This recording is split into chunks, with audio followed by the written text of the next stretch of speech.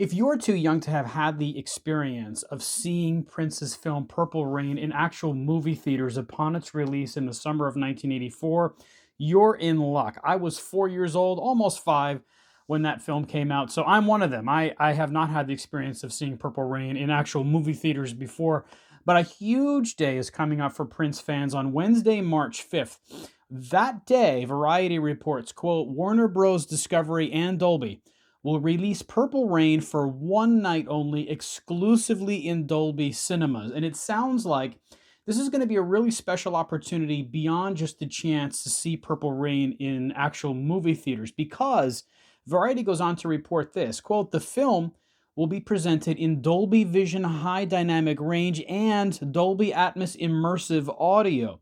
It sounds like it's possible to say that you may never have heard these songs in as spectacular a sound quality as you will should you go see this film in actual movie theaters in a couple of weeks. Variety adds this, quote, the picture and sound quality will exceed even the 40th anniversary version 4K disc released in May of 2024.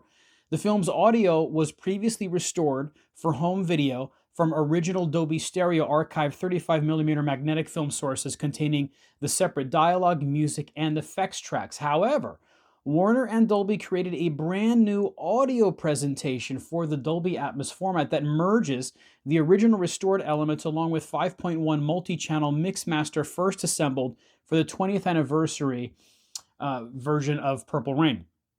You can go catch this film, as I said, on Wednesday, March 5th at any Dolby Cinema at ABC theater location across the U.S. Chances are you're going to find this somewhat near where you live. Widely accessible, but only for one night. So you might want to check that out and grab your tickets now if you can.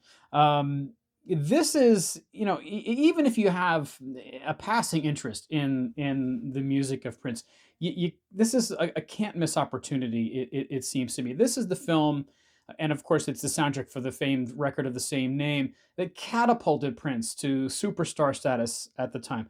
It grossed $70 million worldwide at that time, which in 2025 might not sound like a hell of a lot, but in 2025 dollars, that's 225 million bucks.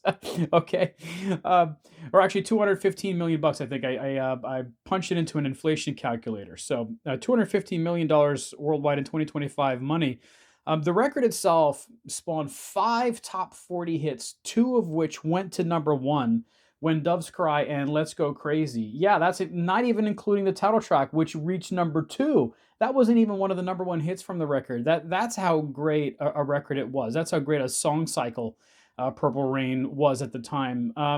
This album was number 1 on the Billboard 200 for 24 weeks in a row, spanning a time period from August 4th, 1984, all the way to January 18th, 1985, utterly dominating the charts basically for more than half a year. It became the 6th best-selling soundtrack of all time. To date, 25 million copies of Purple Rain have been sold worldwide. So this is a special opportunity coming up for Prince fans, from casual to passionate. Okay, as I said, I was a few months away from turning 5 when this record came out. Actually, I think it first hit theaters in the U.S. in August of 1984.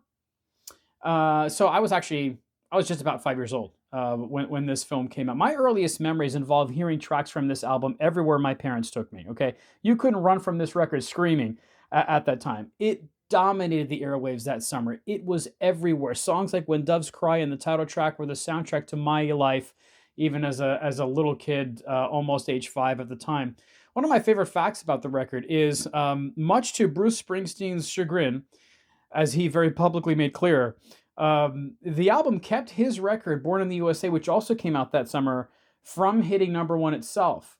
His record only got to number 2. That spawned, I think, half a dozen chart hits at the time. And Bruce turned his attention to that little factoid when his 1995 Greatest Hits album came out, in the liner notes of which, this is 11 years after the fact at that time, he wrote, "Damn the artist formerly known as Prince," recalling the fact that Purple Rain kept Born in the USA from reaching number 1, as it otherwise certainly would have, had it not been for the overarching genius that was Prince producing his greatest ever record at the same time, simultaneous practically with Born in the USA. So you got to go see this again if you have even a passing interest in the music of Prince. It sounds like a chance to hear these songs in miraculous sound quality.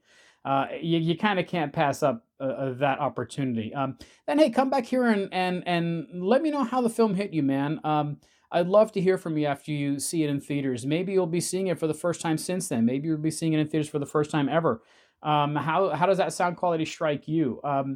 Give me a visit back at the Curious Listener if you go see it. I'm almost certain to do so myself, and perhaps I'll throw a video up here too after I do so to share my thoughts on the re-release one night only of Prince's Purple Rain film in theaters throughout the country.